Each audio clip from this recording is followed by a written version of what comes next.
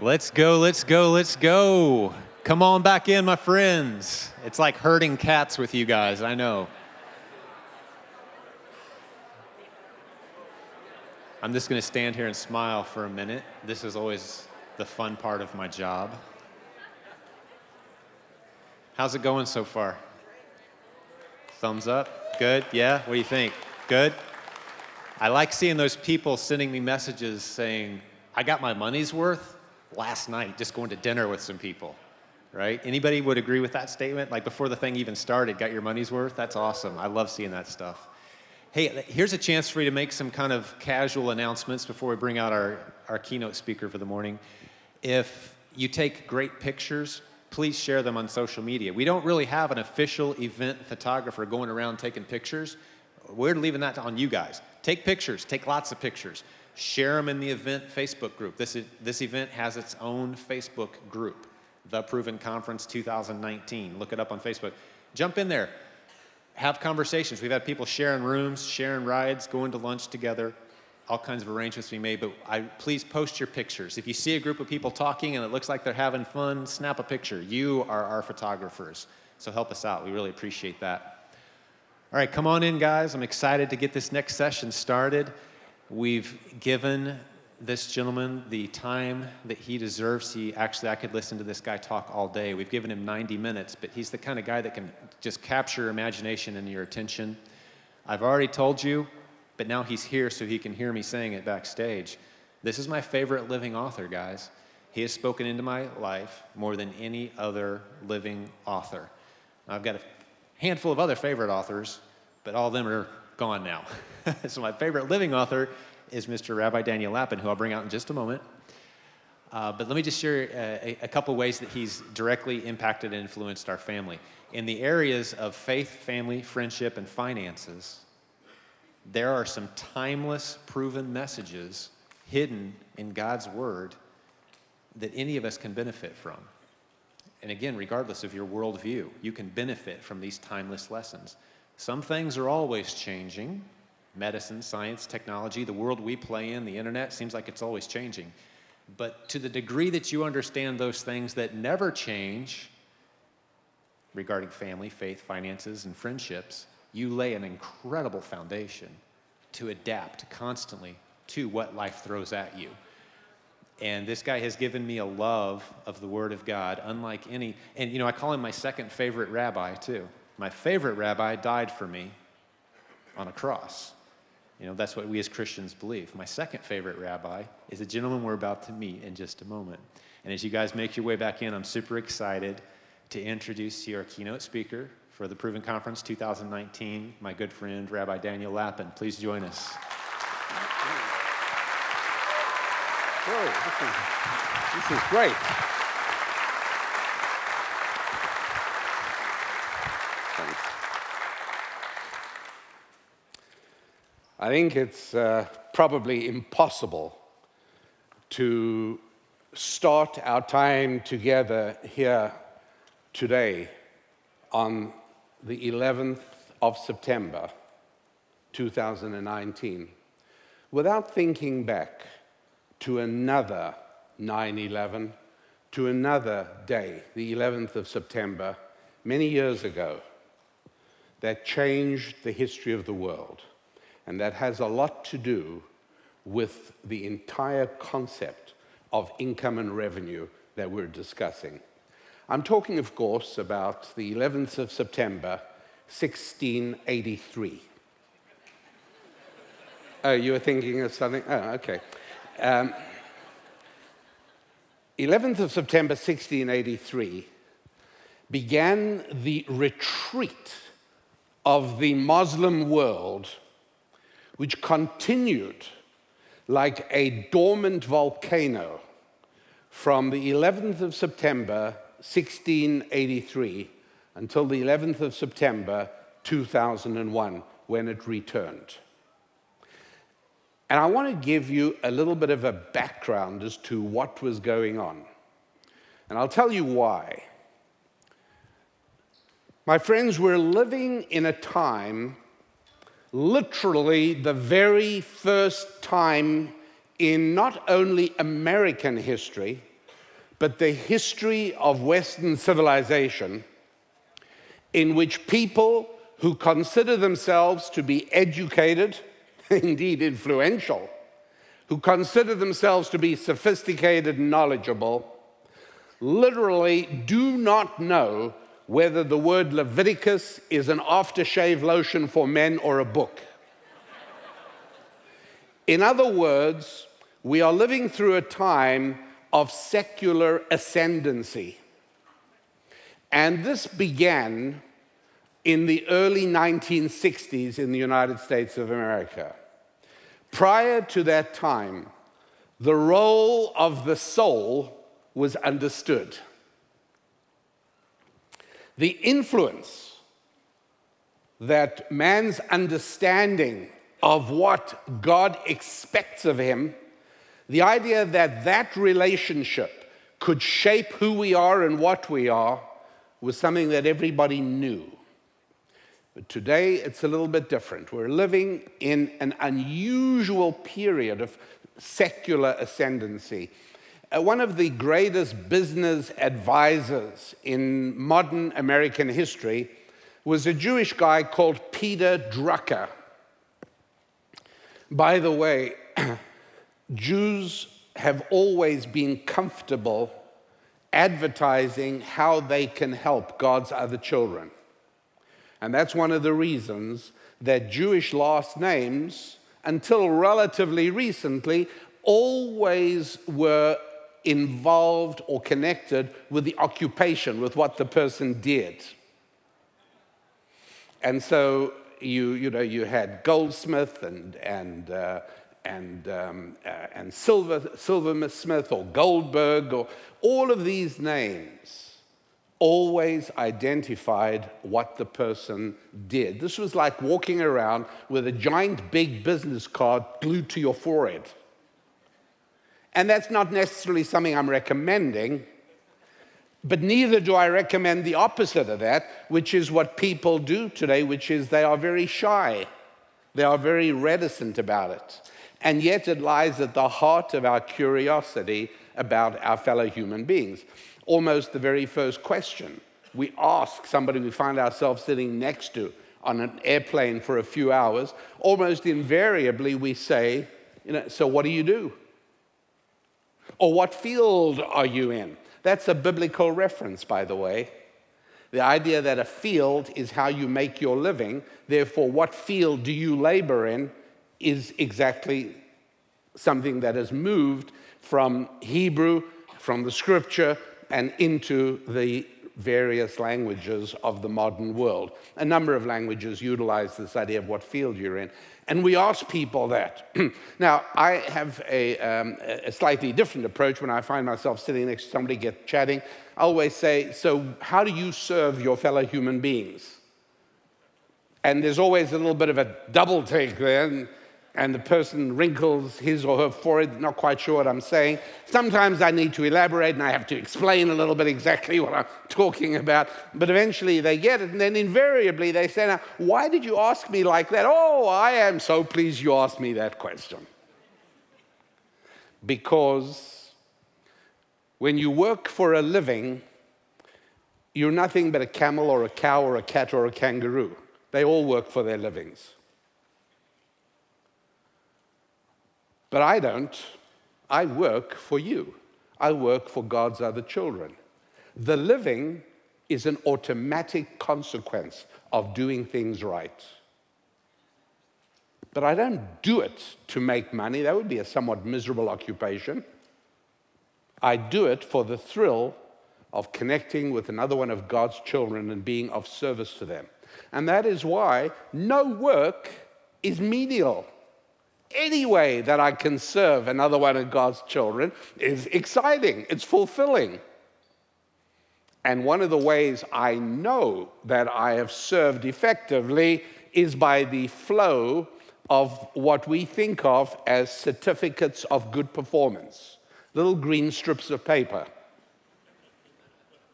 All they do is prove that we in fact have served at least one of God's other children. That's how it works. And so we always are at great lengths to let people know how we can serve them. Yeah, we don't try and hide that. Some people will say, well, I'm not defined by my occupation. I am a human being with interests and all kinds of passions. You probably want to know about those. No, I don't. I really just want to know how you serve other human beings. Because that is central to your identity. We're not a cat or a camel or a cow or a kangaroo. If we were, well then, yes, I suppose I'm not really that interested in how you gather or hunt for your food. But you're not. You're serving God's other children. That changes everything. It means that the way I go to work on Monday morning is with a bounce in my step and a smile on my face, because it's another opportunity to engage in one of the most exciting occupations that God has given us, the ability to please Him by serving His other children. It's incredible. So Peter Drucker, the word Drucker in German means a printer. And the late Peter Drucker's family were obviously printers for about 200 years in Germany, before the Nazis forced his family to emigrate out of Germany, and they made their way to the United States. Peter was actually responsible for a large part of the structure of what we know of as General Motors. And in the great years of General Motors, where Peter Drucker worked with Al Sloan and built this incredible organization out of what until then had been a hodgepodge of all kinds of little manufacturers and little dealers and little machine shops scattered around Detroit. And Peter Drucker and Al Sloan built General Motors. Now, Peter Drucker had no problem whatsoever, in spite of the fact that he taught at Harvard. He had no trouble writing in several articles in the Harvard Business Review that you cannot possibly succeed in business if you are not aware of the spiritual qualities of the people with whom you work. If the spiritual aspect plays no role in your thinking, you will never be able to succeed. That's what Peter Drucker wrote in 1957. Obviously, today, nobody at Harvard speaks like that. But that's probably one reason why today Harvard is no longer a place of learning. It's simply a place of endorsement. You go there to get a stamp. That's all. You get a Harvard stamp on your forehead, and off you go. But the idea that it is a place of profound learning is simply no longer the case. When Harvard and Yale were founded, originally in exactly the same way as when Oxford and Cambridge were founded much earlier, or when the University of Paris was founded, when these places were founded, they were there to teach people, their students, how the world really worked. And you can't possibly understand how the world really works if you don't have some understanding of the spiritual nature of reality. I'm not going to tell you who she is. Wild horses could not drag her name from me. You certainly can't.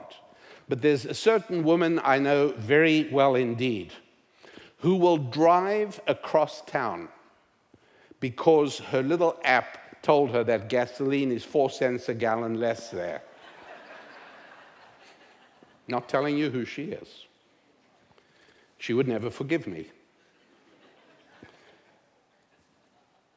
Now, you would think that I could explain to her, look, if we estimate your time at a really low figure, and we take into account the drive across town in the traffic and how much gas that uses, this whole exercise from an economic standpoint simply doesn't make a lot of sense. How successful am I in this little enterprise? Not at all, so I don't even try anymore. When she says, I want to go and fill up the gas, I know this is a 45-minute excursion. I understand. That's because we are not camels or cats or cows or kangaroos. We are human beings touched by the finger of God.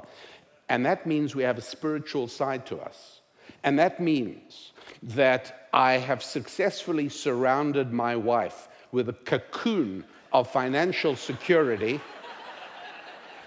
that makes her not worry in terms of calculating exactly how much. That's not what she's thinking of. She is going back to her New York background where she grew up, and she sees an opportunity to save a few dollars, maybe on a fill-up. That is spiritual. That's not material. Do you follow that? From a physical or material point of view, you calculate and you don't buy something that ends up to be a net loss. But we have spiritual needs as well as physical needs. And that changes everything. And if we understand that, then we are way ahead. Right? The beginning of wisdom is the fear of the Lord, accepting that in the Lord's language, in Hebrew, in which David originally wrote the book of Psalms, interestingly enough, the Hebrew has the same word for the seeing of God and the fear of God. Well, that makes sense if you think about it, because we all behave a little differently, do we not, when we are being watched. And one of the reasons that when we're in the traffic in our car with the windows rolled up and the air conditioning cranking out and a really good business podcast playing, we're unaware of the people around us. It's almost as if we're alone. And we do things that we would never do walking down the sidewalk of a busy city. But when we're alone, we do different. It's all very well to talk about we fear God, but if you actually see him, believe me, you'll fear him more. And if you can wrap yourself around this idea, I see him in everything that happens day by day. He's right there. Well, obviously, that's going to cause me to fear him a little more effectively. And so, yes, the beginning of all wisdom is the seeing of God.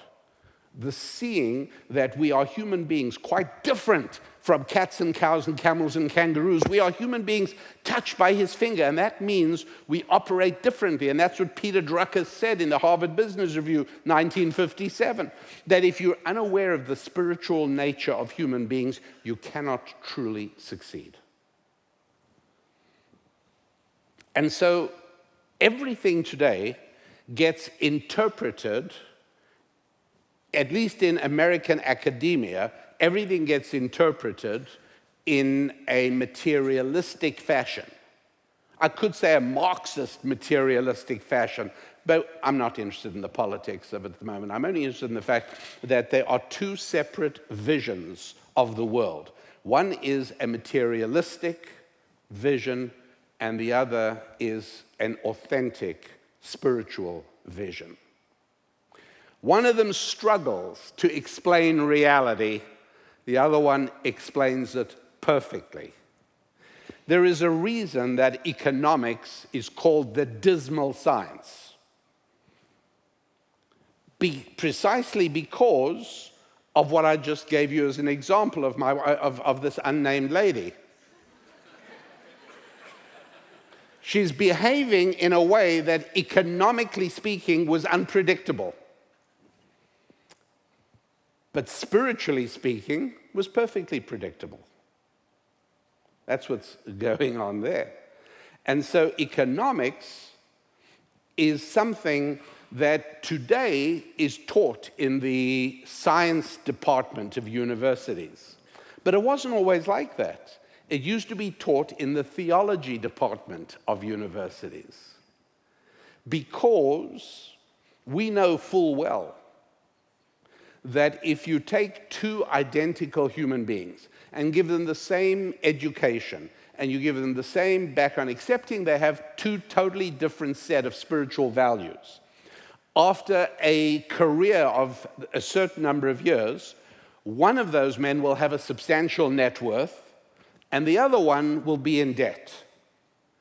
But from an economics point of view, they're the same. It's two human beings. They look the same. They have the same background, the same education, excepting one had a religious set of values, one had a secular set of values. They have the same kind of job. They make the same income. They have the same everything. And how do you explain the fact that after 25 years, one of them has a large net worth and the other one is in debt? Are those physical characteristics or spiritual characteristics? What causes the financial difference in their status? Look, it's more fun to spend money than to invest it. That's all there is to it.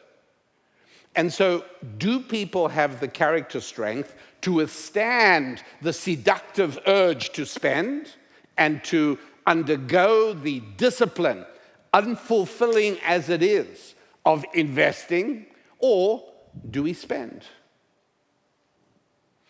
And that makes the difference. And that's a spiritual characteristic. It's a question of character strength.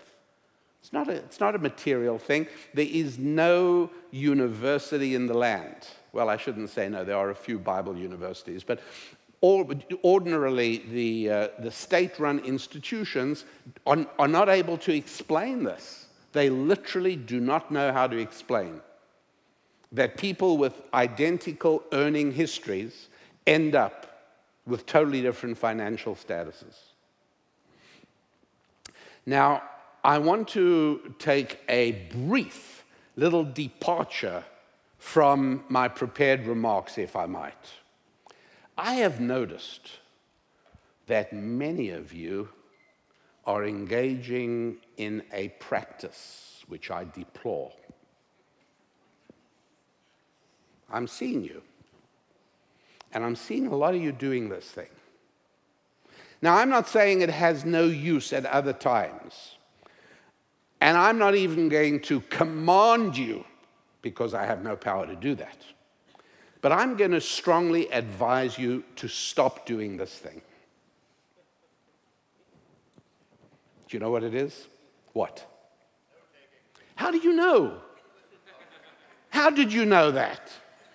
Yes, it is note-taking. Stop it. Let me explain to you. I mean, apart from the fact that I'd rather see your eyes than to see the top of your heads. Apart from that, what's wrong with it? Let me tell you. If you haven't, I mean, you've probably got the answer already. The answer is that we human beings are truly incapable of effectively doing two things at the same time. And so it is beyond a shadow of a doubt that your focus is either on listening to me or it is on the act of converting abstract ideas into shapes on a piece of paper. Now, I'm a big fan of writing. We'll talk about that still, but not now. Because just think about it. If it was so important for you to have a paper record of what is going on here today, don't you think I could have written better notes than you? I kind of know this material, you know.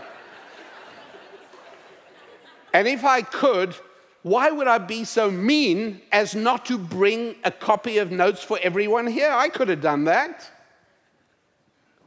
As a matter of fact, Jim, who is a dear, dear friend whom I respect enormously and who I trust as having my interests at heart as he has his own, and I have his interests at heart as I have my own, he would have definitely saved me the trouble of getting on a plane yesterday.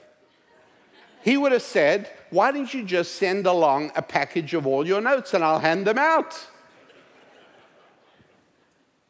Better yet, he would have said, why don't you just email me the material of your notes? I'll print them here. I'll give them to everybody. We're good. Why didn't he do that?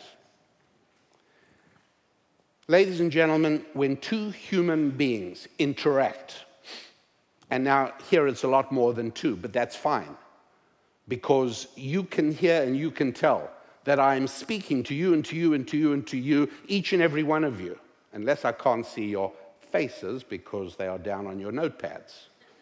Then it's a little hard for me to relate to you. But otherwise, I'm not standing here reading. I'm looking at each and every one of you. Because the relationship is what changes things here. And because of this interaction, you will see that what we're dealing with, and that's a large part of everything I'm discussing, is not about information to get into your heads. Because if it's information to get into your heads, then I would have mailed you notes. But it's about a change in your hearts. That's what Peter Drucker wrote in 1957 in the Harvard Business Review.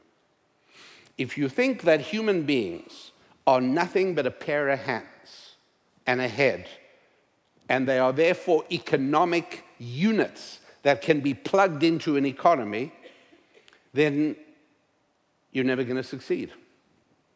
Because you're missing the most important point about a human being. And that is, we're not even bodies that happen to be residing, that happen to have a soul in them.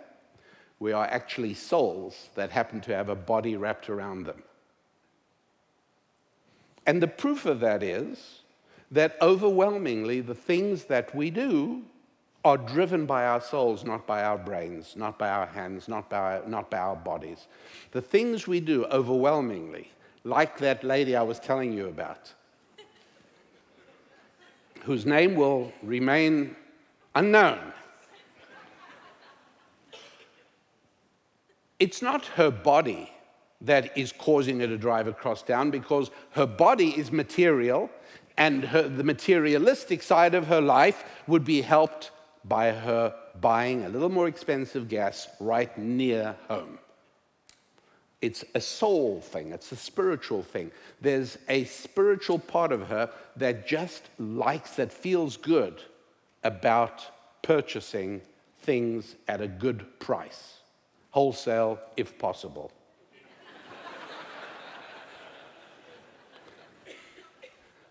Listen, the less money you spend, the better it is, obviously.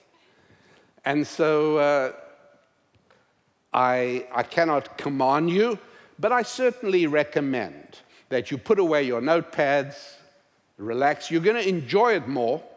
I'm going to enjoy it more. And most importantly, I can guarantee you that you will get more out of our time together than you would have if you had notes. So really just focus on what we're talking about and its impact on you. And so here we are then looking at a period of history that we're living through that is excessively secular and materialistic. Not surprisingly, things are not going that well. Any of you who listen to my podcast know that I have a disparaging word I use for government education. I don't call them schools. I call them government indoctrination camps, or GICs. And that's not out of a lack of respect for many of the hardworking teachers who do their very best. It is because it is a doomed enterprise. In the same way that certain people are unemployable in America today, literally unemployable. It's not that they lack coding skills. It's not that they lack higher education. People are unemployable, and by the way, I say here, but it's equally true in the United Kingdom, where I've had a little bit of experience. People are unemployable because they lack certain spiritual qualities. You know what they are? Regarding the opportunity to serve as a privilege. If you are somebody who is resentful in life in general, and you're particularly resentful towards your boss or your customers, you're unemployable.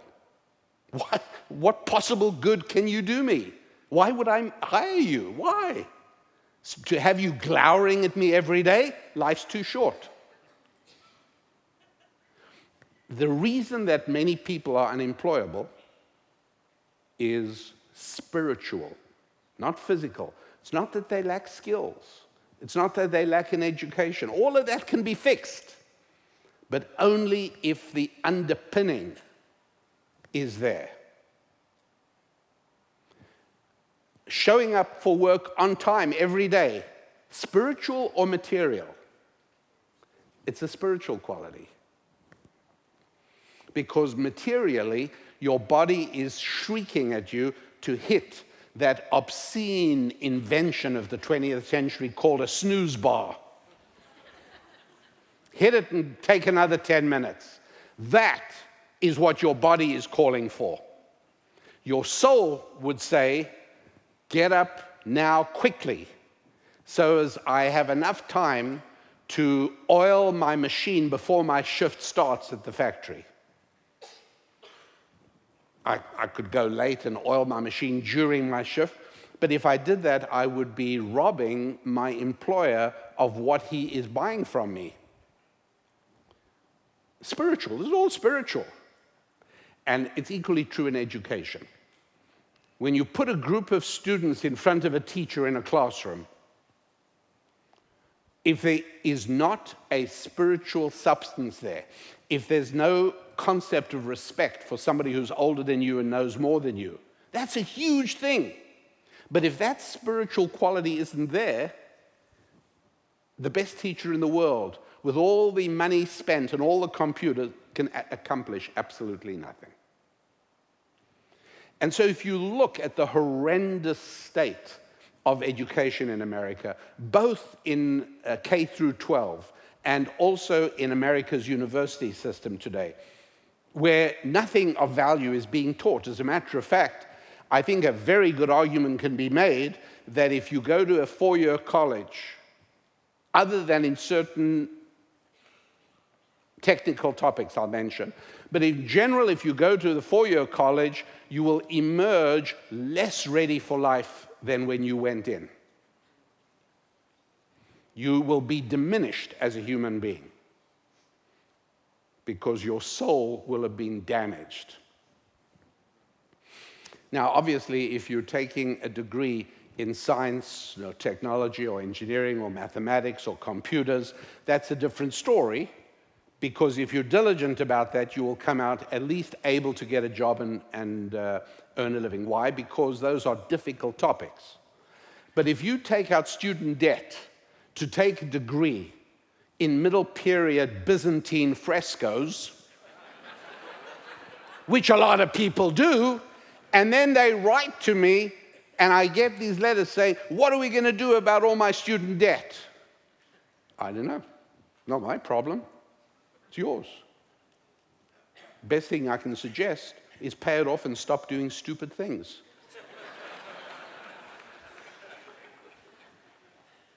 Because in today's world, you're not even allowed to acknowledge that we ourselves are collaborators, at least, in our own misfortune. Because that's called, blaming the victim. You're never allowed to blame the victim, right? So that means that anything that happens to people is always the result of somebody else or something else. No. The fact is that 98.75% of everybody's financial problems today are caused by bad mistakes you made yesterday. If you can't acknowledge that, we're going nowhere. But in today's culture, you can't. Why? Because the culture is shifting from a spiritual approach to a material and physical approach. And you are looking at the consequences of that in society today. But that doesn't mean that you have to be susceptible to that. It doesn't mean that you cannot escape from that and build for yourself an ark of refuge, an ark of financial and family refuge. You certainly can. But you have to understand the role and the significance of our spiritual connection with God. That's where we came from. Because as long as you are persuaded that we are nothing but the result of a lengthy materialistic, unaided process that over billions of years converted primitive protoplasm into plumbers and proctologists, then you're absolutely going to get nowhere, because you're assuming that your customers and your employees and your vendors are all materialistic. There's literally nothing but talking baboons. It's not true. Just like that lady whose name I'm not telling you, they too make irrational decisions from a materialistic point of view. But if you understand that they are spiritual creatures, even if they themselves don't understand that, you will have a much better sense of what is driving them, what is motivating them. And it's not always their own best financial interests, because we all act against our own best financial interests when there is something higher being served. But if you are a materialist, there is nothing higher. And so you can't possibly understand what's really going on. And that's why it is that much of the way history is taught today is taught in a completely secular fashion. A large part of the mistaken politics of this country and of other countries stems from the fact that they are determined to find a matrix of explanation that leaves God out of the picture. Now, I ask you, I'm a reasonable person. I will listen. Anybody who can explain to me how to understand the Middle East without mentioning or thinking of God, I'd be eager to hear that.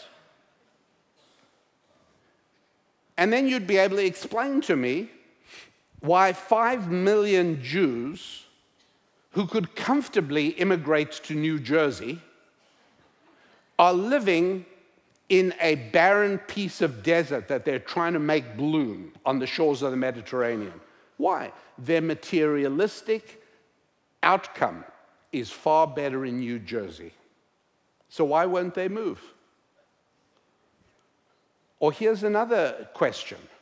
They are surrounded by 100 million Arabs in the contiguous countries of Egypt, Jordan, Lebanon, and Syria. 100 million Arabs. Well, I got a great idea. Why don't we do what successive American presidents have attempted to do? Let's go to all these 100 million Arabs and say, hey, you guys, here is a deal. We can make sure that you receive so much money in aid from a world tired of Middle East conflict that we could literally put $500,000 in the hands of every single one of you. What's more, we could provide you with access to the world's markets. We could bring investors who would build factories here, because as it is on your own, you haven't even figured out how to build bicycles, let alone chips. We'll bring all of that, and here's the only thing you got to do. There's a tiny sliver of land, which is like less than 1% of all the land you've got. Just leave that alone and make peace with those people there called Hebrews. What's their answer? No deal. Well, that's not materialistically sensible. Who said this has anything to do with materialism? Their God tells them one thing. Israel's God tells them something else. And those two things are in conflict. Have you ever wondered why America's State Department makes such a mess of things? Because they are determined to find a materialistic, God-free explanation for the world. That's what they're trying to do. And it simply is not doable. Today's State Department is staffed by the first generation of Americans who have never, ever met a human being willing to die for his God. They've never met such a thing.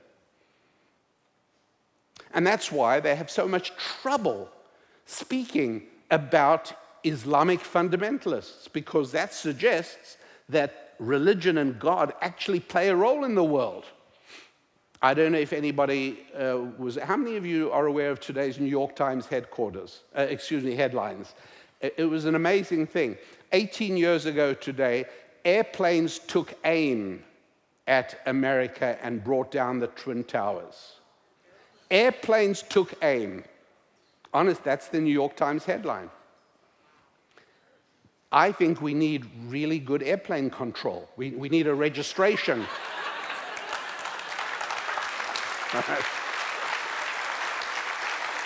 Why does the New York Times say that? Because they cannot bring themselves to express something which makes no sense unless you acknowledge the role of religion and people's spiritual beliefs. You want to say people took aim and brought down the Twin Towers. That's weird. What sort of people would do that?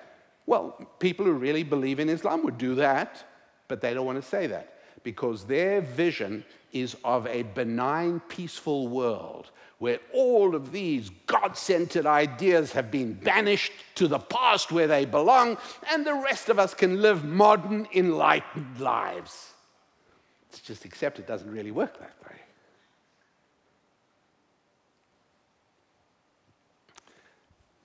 There is always today an attempt to explain everything in materialistic or evolutionary terms.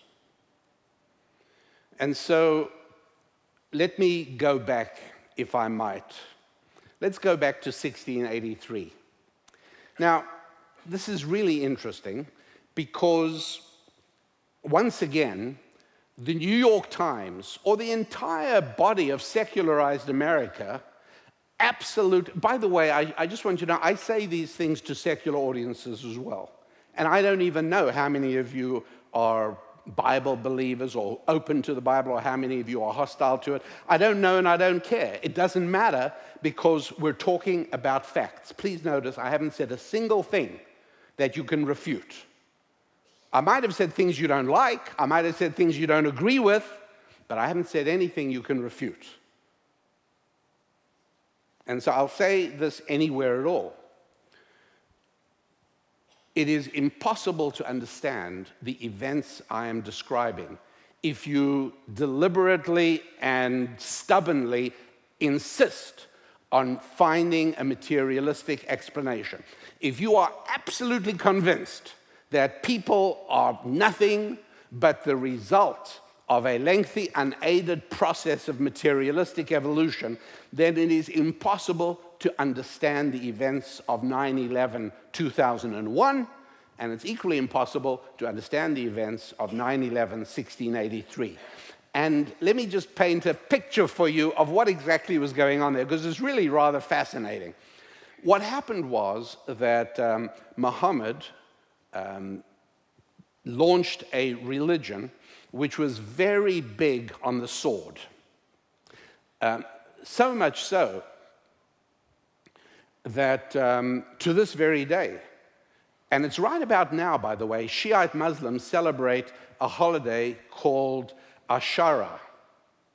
And what they do on that, and you can see pictures of it in magazines and on the web, what they do is they cut their heads with swords, and the blood streams down their faces, and they have a religious celebration.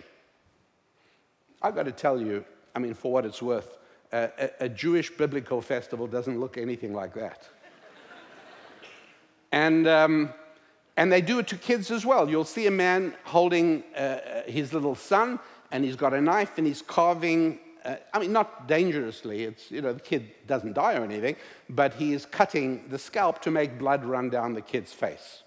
Okay, now, this is a reality. It's something that their God tells them to do. And I would be a fool to not take that seriously. That's very real. And so this spirit of the sword worked rather effectively with Muhammad, and he spread this religion very rapidly.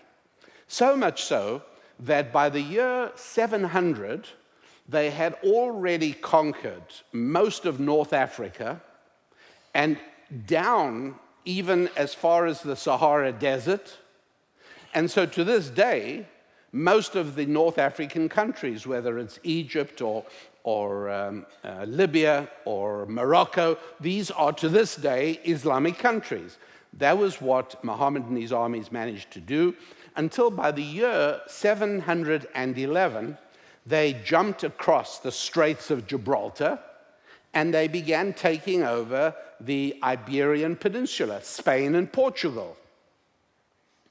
And guess what they did to every single cathedral or church that stood in, because strongly Catholic countries, Portugal and Spain, what do you think they did to every church? They didn't destroy them. They just took away all the Christian symbolism and replaced it with Islamic symbolism. They killed the priests and replaced them with... But that's what they did.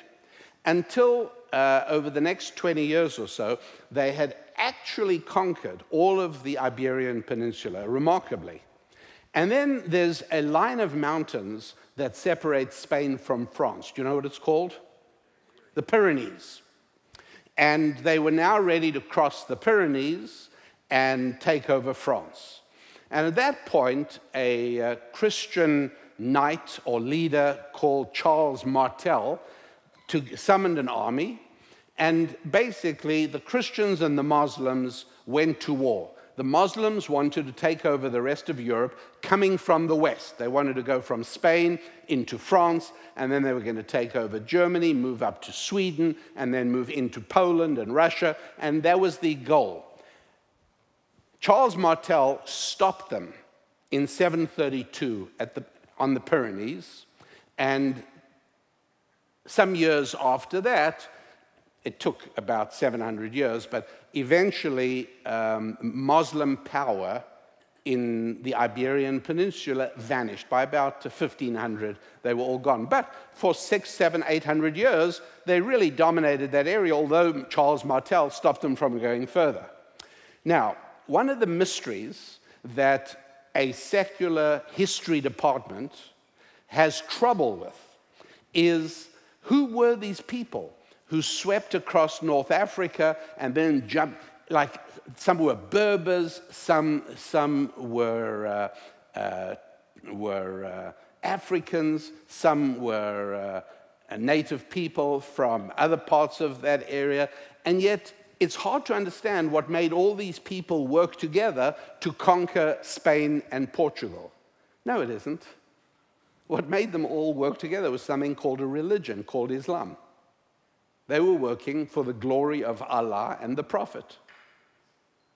But the secular mind looks at these strange people and said, how did they all agree to conquer Spain? What brought them? How were they allies?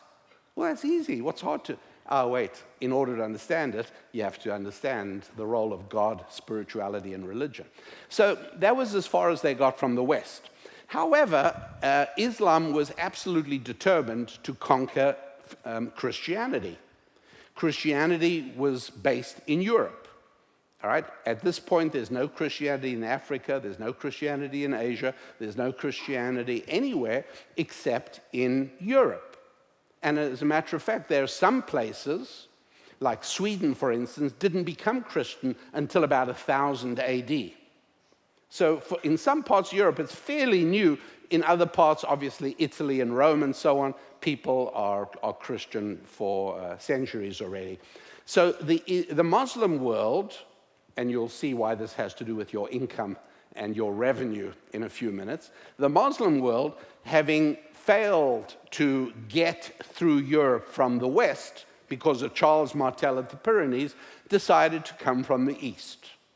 And they decided to launch an attack, and they went through Hungary, and they went through Serbia, and they went through a large part of Eastern Europe, including Turkey was conquered by the Muslims, and eventually they came to Austria.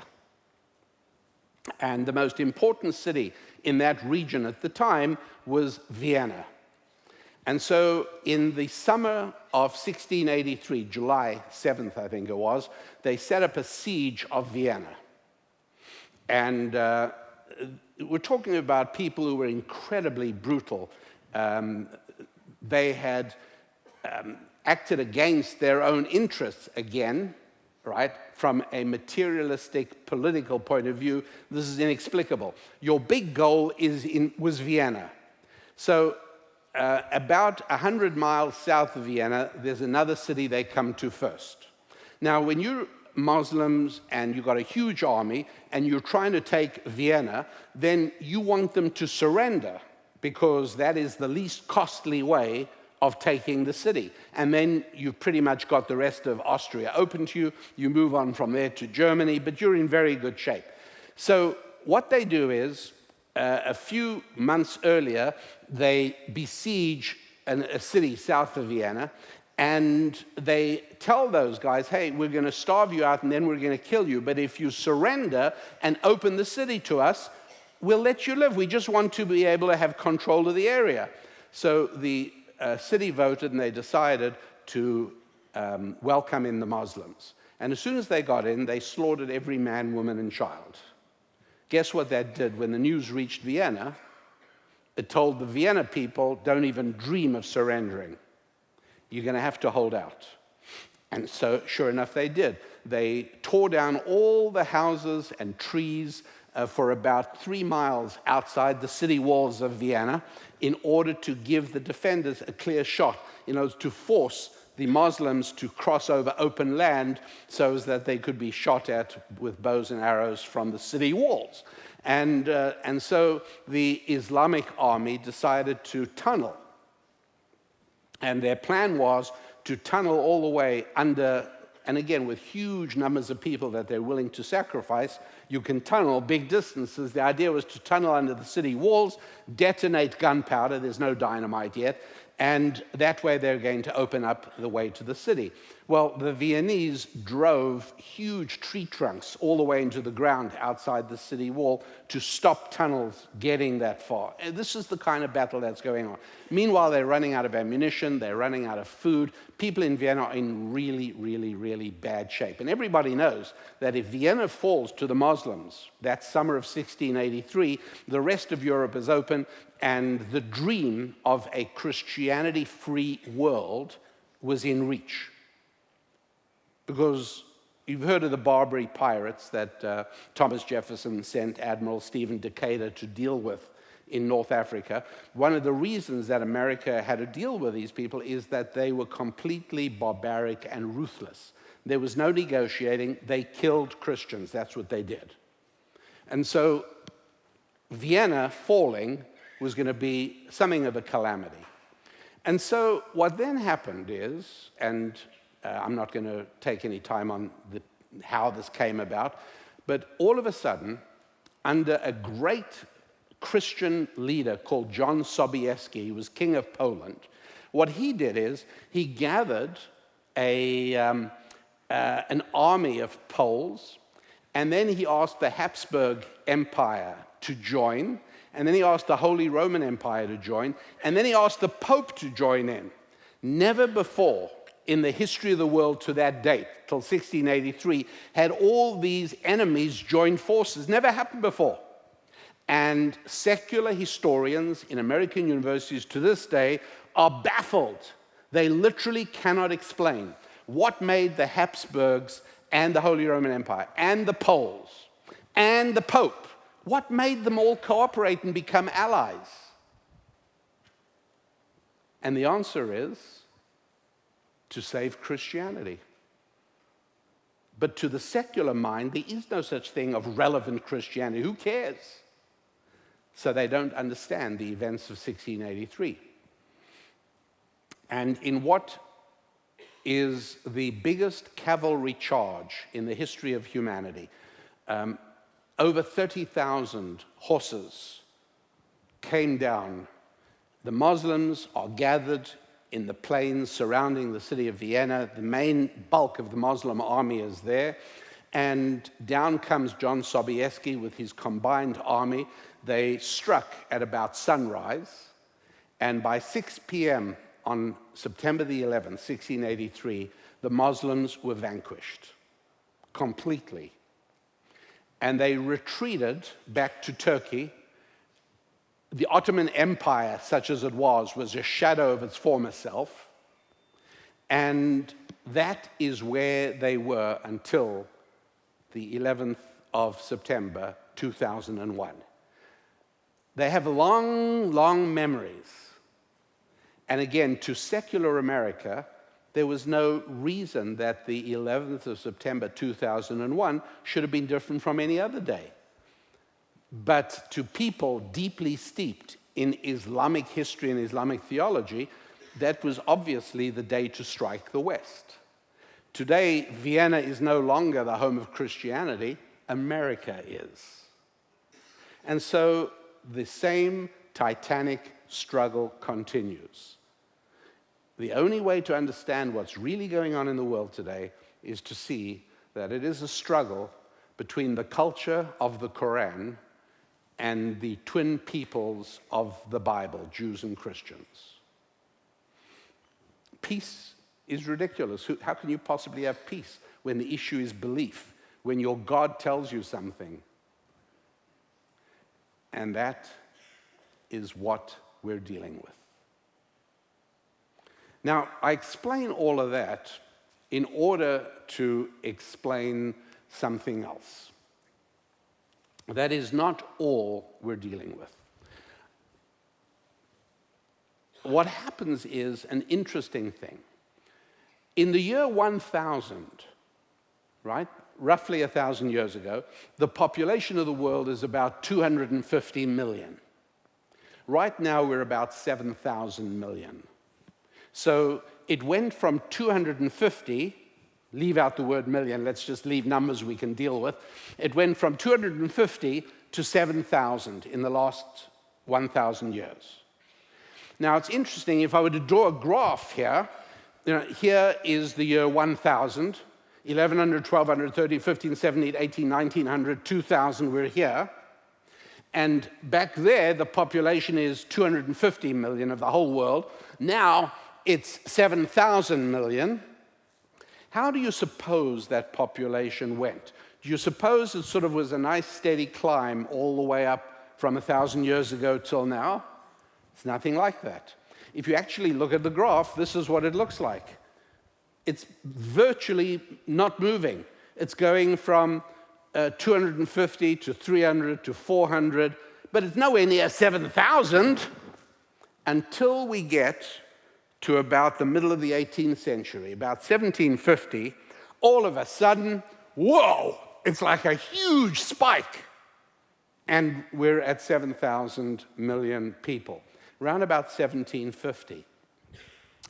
But what happened? And not only that, we got another problem, which is that in about 1,000, the technological development of China, most of Asia, parts of Africa, and all of Western Europe were about the same. People were really not living that well or that long. What happens?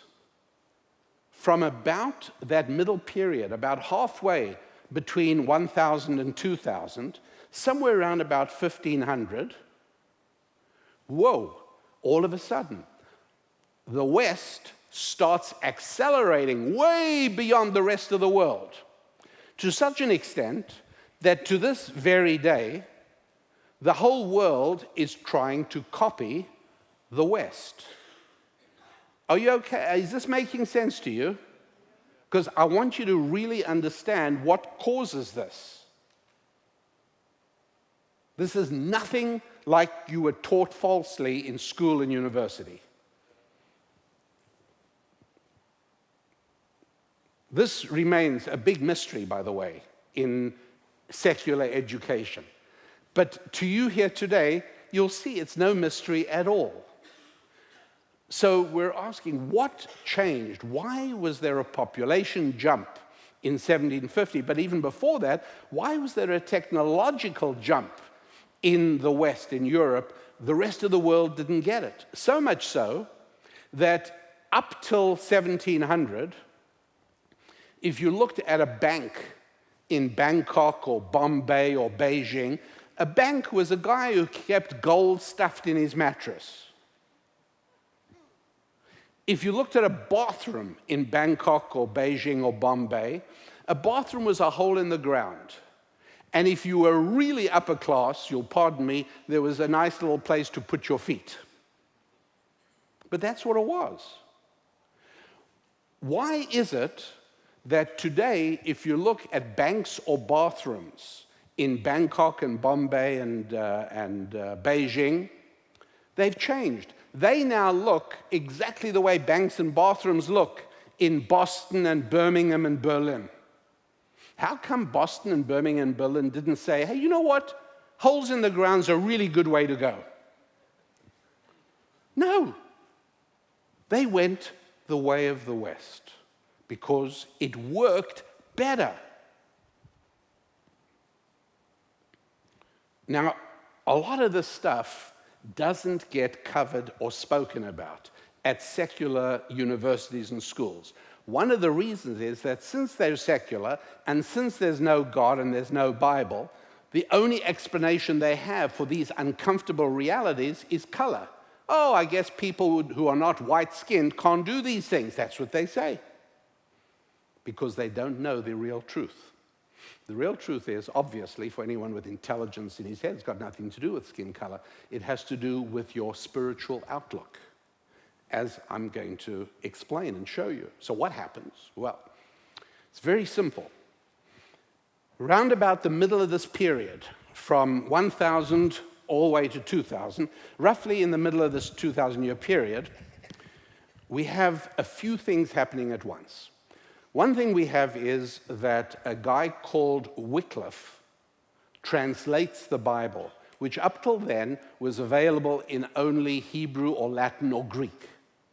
And the problem is that very few people could speak or read Hebrew or Latin or Greek. So the vast majority of people knew absolutely nothing about the Bible. Now, the Catholic Church did teach. It taught a certain perspective, and obviously effectively. But the majority of Christians had no idea themselves what's written in this book. Along comes Wycliffe and translates it in about early 1500s, I want to say. 100 years later, 1611, comes the King James translation of the Bible. So in that 100 years, it gets to be very interesting. We go from total biblical illiteracy, other than within the church, but among the rest of us, biblical illiteracy. Wycliffe translates it into English, and then an amazing thing happens. In 1450, we get something called the printing press. Now, Johann Gutenberg comes up with a printing press, which was, for its day, a bigger breakthrough than the internet was in 2000. It was a mind-boggling breakthrough. And all of a sudden, everybody can now get a copy of the Bible in English. But there was still another important thing that happened, and that is in 1500 came the Protestant Reformation.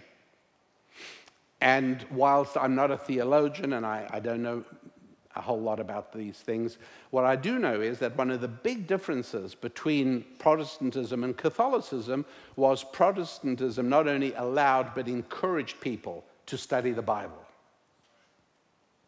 Huge difference. Huge difference. So much so, how about I'll give you one more mystery that baffles the economics departments of today's universities. I'm not exaggerating, by the way. This is absolutely true. One more baffling thing. How about I tell you about two countries, Belgium and Holland? They are right next to each other. They have the same weather. Neither of them have any natural resources. They've got the same kind of people with roughly the same language and roughly the same history. Belgium is an economic basket case. That's why they've become the bureaucrats of the European Union. It's true. There's nothing else they can do. Holland is an economic powerhouse. If you've heard of the Shell Oil Company, that's Dutch. If you use an electrical appliance with the name Philips on it, that's Dutch, and that's just to mention two. Holland is a powerhouse. Belgium is a basket case. All right, you don't know Belgium and Holland. How about Ireland? There's a place called Northern Ireland, and there's a place called Southern Ireland. And they've been at odds with one another for a long time. Northern Ireland, economic powerhouse. The Titanic was built in Northern Ireland, in Belfast. You shouldn't hold that against them. It was the iceberg, not the bakers. And And South Island is, and it's a very pretty place, and nothing against the Irish, God bless them, but South Island is basically Irish guys sitting in pubs drinking Guinness. There's nothing happening in South Island. All the economic developments in the north. Take Italy, right? And who doesn't love Italy? The north of Italy is where they build things called Lamborghinis. They build Ferraris. And if your pocket doesn't stretch quite that far, which it ought to by now, it's also where they build Fiats. And for those of you whose interests lie elsewhere, the entire Italian fashion industry, women's garments and shoes, all made in Milan. Italian shipbuilding, all in the north of Italy, La Spezia. What goes on in the south of Italy? Not a whole lot. Not a whole lot. Actually, nothing. I mean, it's beautiful. Don't get me wrong. I mean, you want to spend a vacation on Sicily. It's nice. But there's nothing happening. Now, ladies and gentlemen, all the stuff is highly politically incorrect, as if I haven't gone there before. And so we have to now ask ourselves, what's the difference between Belgium and Holland? What's the difference between North Ireland and South Ireland? What's the difference between North Italy and South Italy? The difference is very simple. Belgium is Catholic, Holland is Protestant.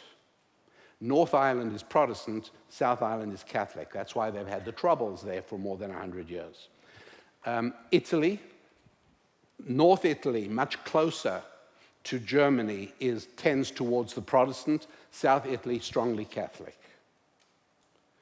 And so if you've ever doubted that how we relate to God and how we understand what our boss expects of us, if you're not comfortable with the idea that that shapes our lives economically, then you have no way of understanding all these facts about the world.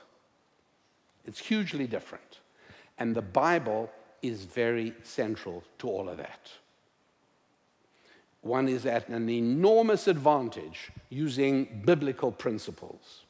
And so if you've now got a bit of an idea of why Holland beats Belgium economically, and why North Ireland beats South, why North Italy beats South Italy, then you'll also understand why it is that Jews have always been disproportionately good with money. This isn't because they have a money gene that they pass down in their sperm. That's not how that works. You'd have to be a really ignorant, racial kind of person to think that that's how it worked. But there are people like that, obviously. It's simply because there's something called ancient Jewish wisdom, which is the accumulation of vast numbers of tips and tools and techniques, spiritual strategies and principles and timeless truths that, when wrapped all together, help you relate to people, help you understand how the world really works, and makes you successful with money. And my entire ministry, all that I do, is work on this interface between faith and finance, helping people identify the principles that really do bring success. Here is one of them that is something which plays an enormously important role, and it is something that is natural in the Jewish business world, but it's something that everybody should practice and everybody should get the hang of. And that is developing eloquence. Because you think about it for a moment, what is the most important part of your body for making money?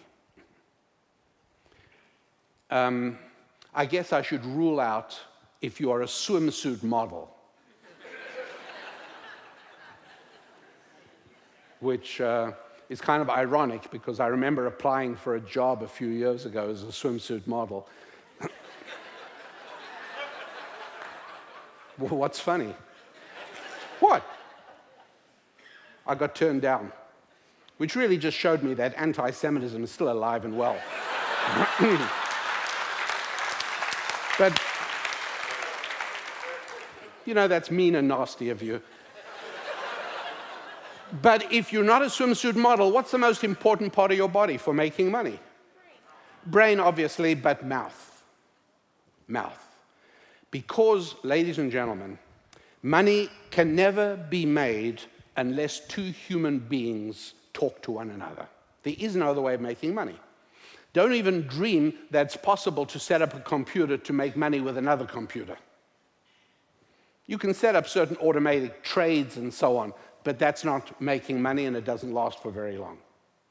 But if you want a durable way of making money, it cannot happen without one human being talking to another. That's how money is made. And as a result of that communication, they agree on a mutually profitable transaction. How would it be if I mow your lawn for you this afternoon for $20? Well, yeah, if I did it myself, it would take me the whole afternoon. In that time, I can write somebody a business plan, charge them $400, of which I only have to give you $20. Yes, you're hired. Go for it. And at the end of that afternoon, I'm happy because I've made $20 mowing your lawn. You're happy because you've saved your time and spent it on doing something more profitable. Wonderful. Two human beings speak. But how do you develop your fluency? How do you get better at articulating things? Because every single act of making money requires one human being to talk to another. And think about it, you know. You are all in the wonderful profession of sales. I love the selling profession. But I think you're pretty much all that. I mean, unless you are anyone here who's a justice on the United States Supreme Court, essentially, if you cannot be fired, if your actions bear no relationship to your income, then you are not a sales professional. I don't know what you are, but you're not a sales professional. But for all the rest of us, no matter what we do, we are all in the business of selling. Selling means I open my mouth and I tell you how I can improve your life. That's what it is. If it's not by mowing your lawn, it's by doing something else. But the trouble is, very few of us have that ability. And what's more, when it involves making money, we're even more tongue-tied. Because deep in our hearts, we don't think it's making money, we think it's taking money. It's like the babysitter, right? And you go out with your spouse for a wonderful evening, and you come home and you say to the babysitter, how much do we owe you? And you know what she sometimes does? Sort of looks down and she starts moving her foot on the carpet. And you know, well, I don't know, would $20 be okay? That's how they sometimes speak. Why? Because she feels bad about taking your money. What's the right answer? No, $20 would not be okay. How about $30? Would that work for you? She says, well, that's more than yeah, that's right, because I want you, next time we need a babysitter, we want you to jump. I'm not trying to get the cheapest deal here. I need modifications. I need a new bathroom added to my house. I ask 5 contractors. I don't go with the lowest quote. Why would I do that? Any smart contractor can find a dozen ways to cut money on the job. I'll never know I'm the homeowner. No, I don't go for the lowest. Of course not. We make money, we don't take money. And people who don't understand that are impacted in their speaking ability, but even worse than that, many of us do not learn ever to speak effectively or fluently. Here's one of the biggest culprits. One of the biggest culprits is watching video screens. I can't emphasize this enough. Every hour in your week that you watch stupid cat videos on YouTube, you think I'm going to now say to you is a waste of time. That's bad enough. But you don't need me to tell you that. You know that yourself. It's much worse than a waste of time. It is damaging your cognitive abilities. It is harming your ability to speak. You are less articulate from watching a screen than you are from reading a book. By the way, listening to an audible book, that works fine as well. Listening, because when your mind translates the symbols on the page or the sounds that you hear into concepts, that process is making you better equipped to communicate with other people. Now, we don't even have to delve into the history of the world economy to know that communication produces wealth. You know that. The more people you communicate with in your business, the more money you're going to make.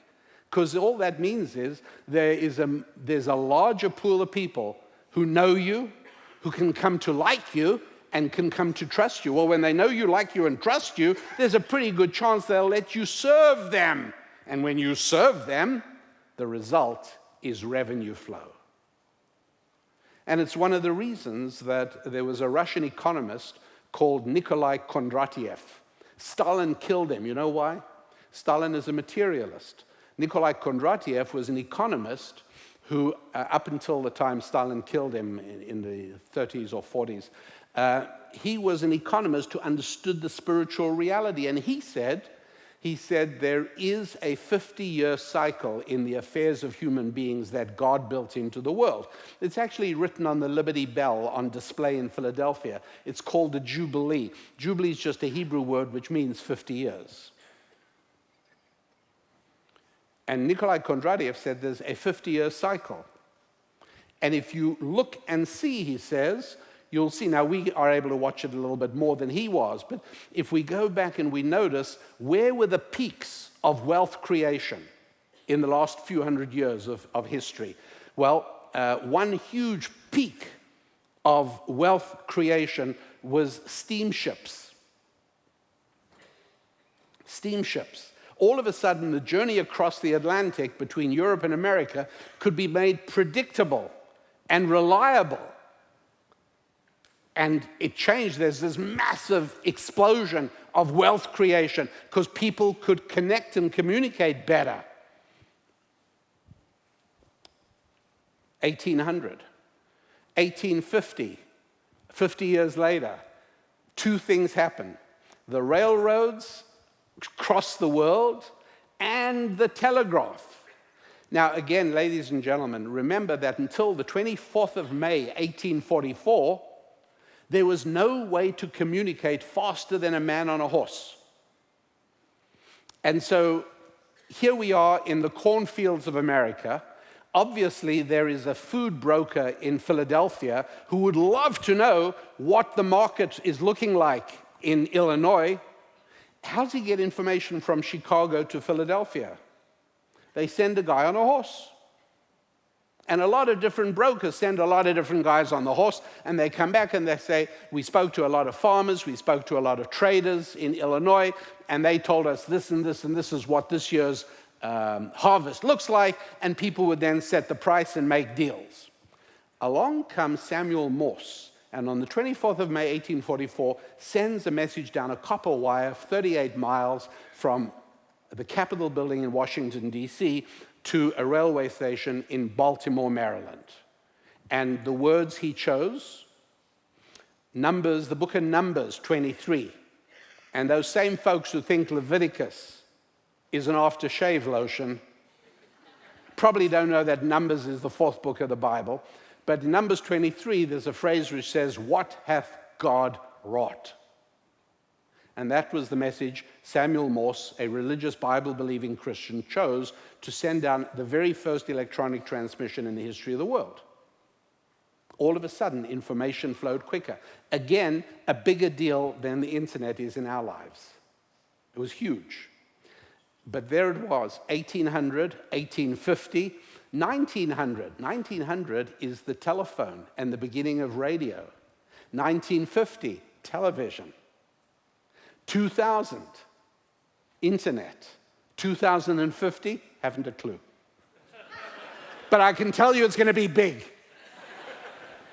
All of these things are communication. Do you see? All of these things have to do with connecting human beings with one another.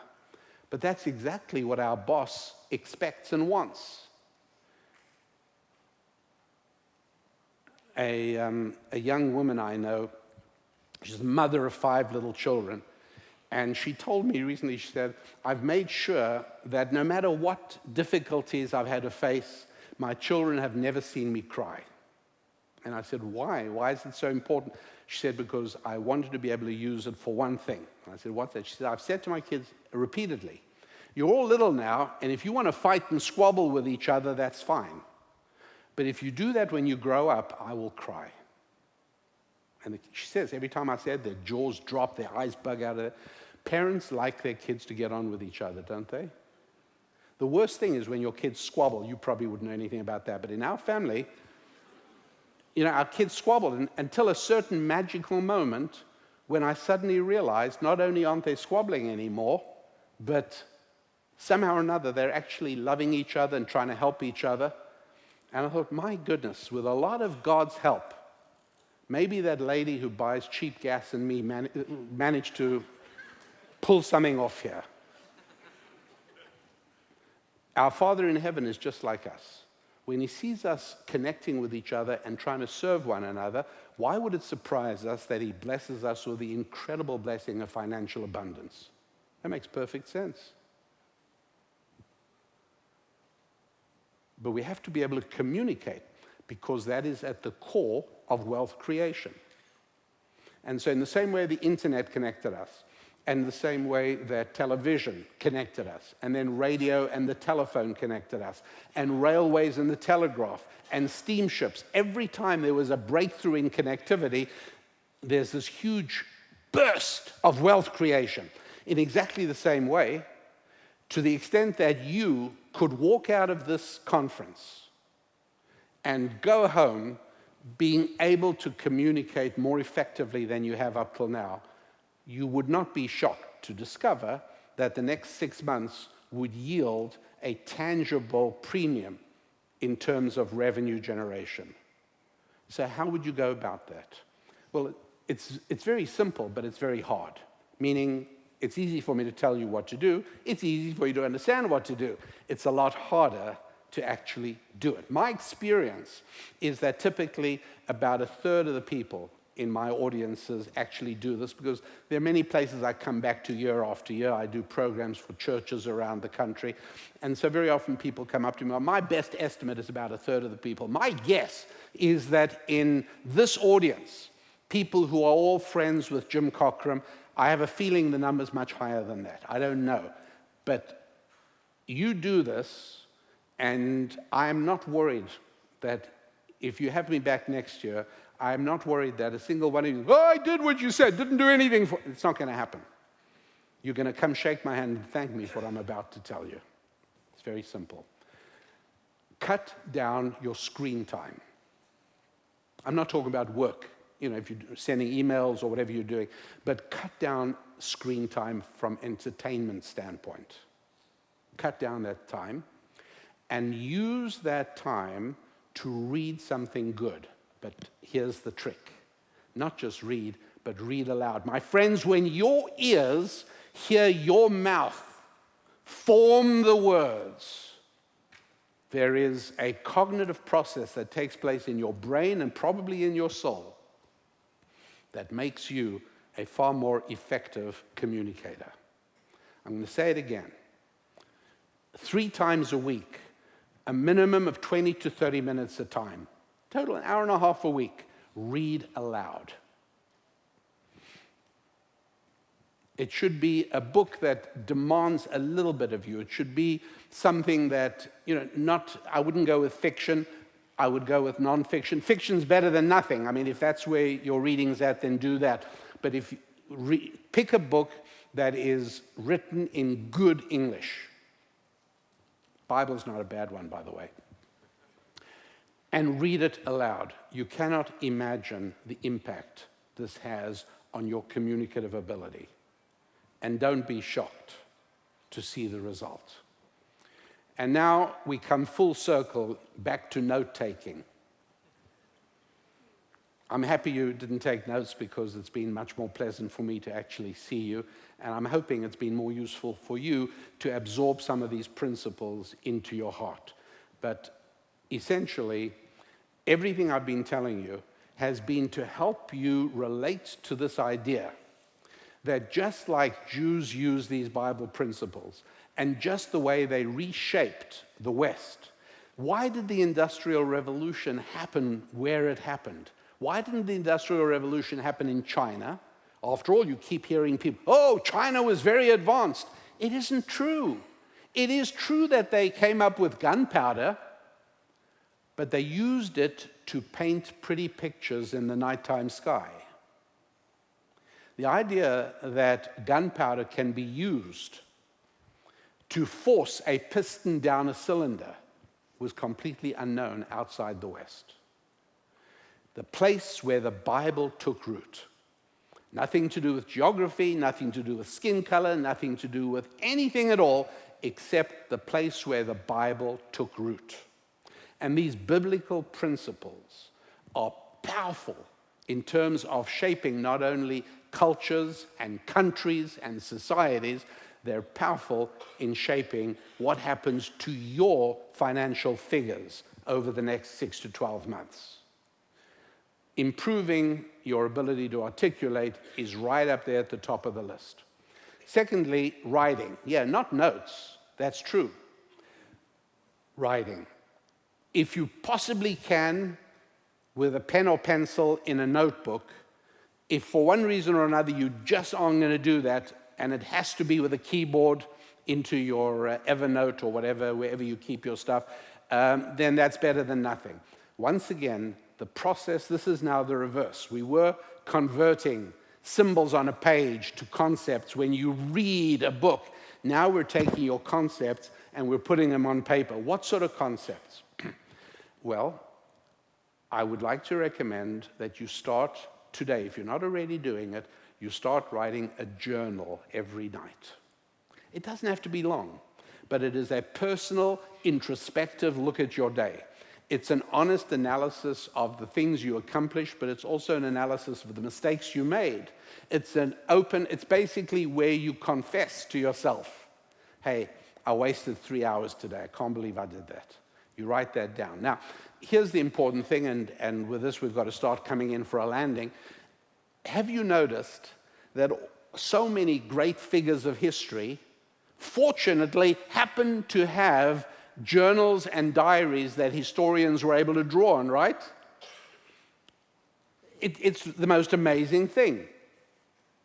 You think of big names in history, whether it's in the world of science or politics or military, big on the military, great military leaders, they always seem to leave diaries when they moved on to the embrace of their Father in heaven. They leave diaries. Isn't that wonderful? What a coincidence. How come the bus driver in Kansas City didn't leave a diary when he left, when he departed? The answer is, it's not a coincidence at all. It's that writing a diary makes you great. Had the bus driver in Kansas City kept a journal, he probably wouldn't have died as a bus driver in Kansas City. Putting ideas down on paper with your own hands, where you are evaluating your life, taking your life seriously enough to spend time writing it down, changes everything that happens to you. And this is one of the reasons, like the Bible, the Hebrew Bible is 3,000 years old, right? Do you know one of the verbs that shows up more often than any other verb in the Bible? The verb write. It's at a time when the majority of the world was illiterate. And yet the Bible goes on and on and on. You shall write these words down. Hey, King of Israel, when you ascend the throne, the first thing you have to do is write yourself a Torah. Well, really, you don't think I've got more important things to do? Nope, you don't. Writing is critical. It shapes who we are. So please, read aloud, write a journal in the evening. It doesn't have to take long. It can be done more quickly. You know how much time you waste on silly videos? Much less time than that. And you write. By the way, you'll come to enjoy it. And you don't have to be thinking to yourself, oh, my kids are going to read this after I've gone. You can leave instructions for it to be destroyed if that makes you feel better. It doesn't matter. Because this is for you now. It's not for posterity. It's to change your life now. And that's what you write in the nighttime. Here's what you write in the morning. In the morning, you take one of these cards, and this is what I keep them for, because I don't tell you to do anything I don't do myself. And that is, every morning you write down 3 things you are grateful for. You don't just write down apple, pretty sunrise, and my dog. You actually have to write down the words, I am grateful that I have in my life this. I am grateful that this happened to me yesterday. I'm grateful for the feeling I have now. Why is this so important? Because one of the most important and most powerful tools that have served the people of Israel really, really well is optimism. But how do you generate optimism? It's all very well, oh, I feel great, I'm ready to go. That lasts about 20 seconds. But how do you generate lasting optimism? Again, a great biblical secret, and that is through expressing gratitude. If you find an opportunity during the course of your day, the late Zig Ziglar was a dear friend. We traveled together quite often. And he taught me something. I was always very grateful to him for this. He never got off a plane without stopping for a second by the cabin attendant near the door and saying, you were really terrific today. You made my trip really. I really appreciated your smile. And you just watch them beam. Nobody ever does that. People sort of mumble, thank you, thank you, thank you, thank you. But that doesn't mean anything. He stopped moving his feet for 10 seconds, never mind the people behind him. He said, I just want to thank you. I really appreciated how you took care of us today. So from then till now, I do not get off a plane without doing that, because I learned that from the late, great Zig Ziglar.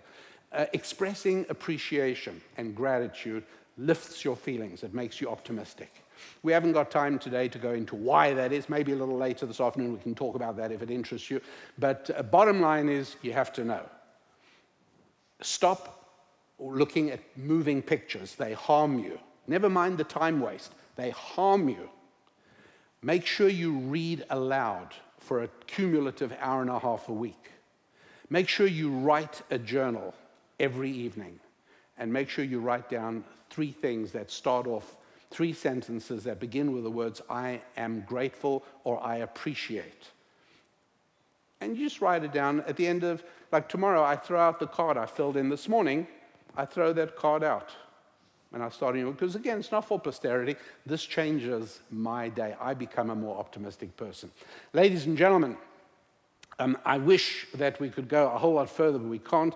I've got to wrap it at this point. As a matter of fact, I am apologizing. I'm 5 minutes late.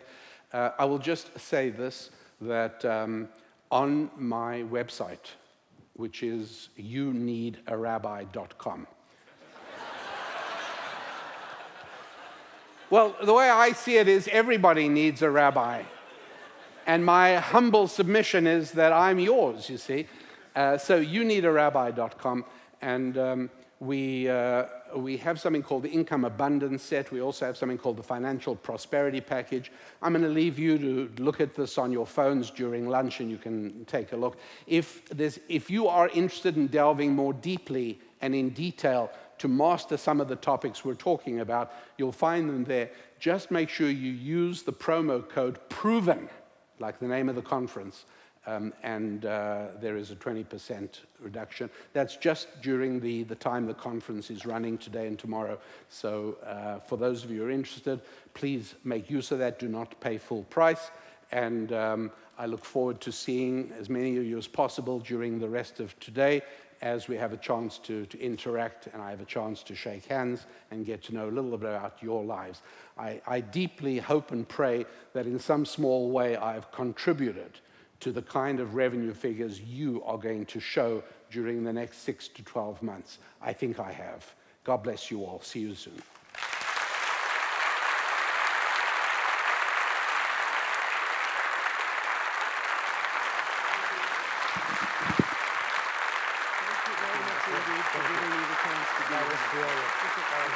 Beautiful. Please stay. Thank you, guys. So those of you who listen to the podcast, you see where his wisdom has leaked into what we've built around here. How many of you found yourself saying, oh, I remember Jim mentioning that. I've heard that, right? This guy has had a big impact on the way we do things around here. You'll be proud of me, my friend. This morning, for the first time ever, I presented, and these guys can attest to the fact that, thanks to a challenge that you gave me, I had no notes, as you've done today. So, thank you. Thank you for the challenge. I listen. When we speak from notes, when a speaker stands here and pretends not to be reading, but because he sort of looks up while he keeps his place where he goes back to, that's the equivalent of people taking notes while you're talking to them. It's like having a conversation. Just imagine going on a date with somebody you really love, and while you're talking to her, hoping to persuade her to marry you, she's busy scribbling notes while you're talking. And she says, well, I just don't want to forget some of the things you've said. That's not the point of this. Exactly. Brilliant. And by the way, I instinctively and always distrust politicians who use teleprompters. Yes. So you're not willing to let me see what's in your soul. You want to say the words written by your speechwriters after all the research and opinion polls, and you expect me to take you seriously? Not happening. Beautiful. I could listen to this guy all day. And I've put into practice something else that you've taught me, Rabbi Lapin, and that is, and hopefully this passes your test, because you challenge us to read out loud. Yeah. Well, I listen quite frequently to your podcast within a day or two of it coming out once a week, and I'll find myself repeating and trying to mark the pace of presentation and speech out loud enough where I can hear it myself, and I'm kind of repeating after you. I can consume content repeating what I'm hearing, I think, and you've encouraged us to listen to great speeches, for example. Yes. That's a good way to practice your oration skills. Because guys, those of you who have been on this full journey know that I was incapable of doing what I'm doing right now, as recently as 7 years ago. The first event, you had the pleasure and honor we had the pleasure and honor of having you at our second, I believe it was, 5 years ago, our second event, right? That was number 2. The first one was a bit of a train wreck, in my opinion, for my presentation skills. It was the top of my head experience.